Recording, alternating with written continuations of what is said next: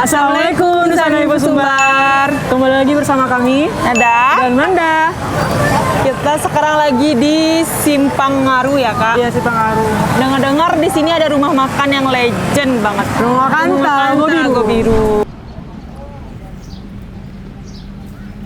Rumah makan kok dari jam berapa bukanya gitu? Jam 6 sampai Isya tutup. Jam 6 pagi sampai Isya tutup. Ya, Kalau makanan spesifiknya apa sih kok bang? rendang. Rendang bang. Rendang juga ikan gulai. Itu yang banyak diminati ya Ya. bang. Kalau untuk sambal yang lainnya apa posnya bang? Yang ada di situ? Mode aneka ayam tuh. Itu ikan bakar, ikan gulai, ikan goreng. Itu jeroan. Jeroan. Ayam biasa saya. Gulai, bakar, goreng, balado, bumbu. Yang dagingnya kayak gitu loh. Gitu. Lagi yang kalio, rendang, dendeng. Nah, gitu.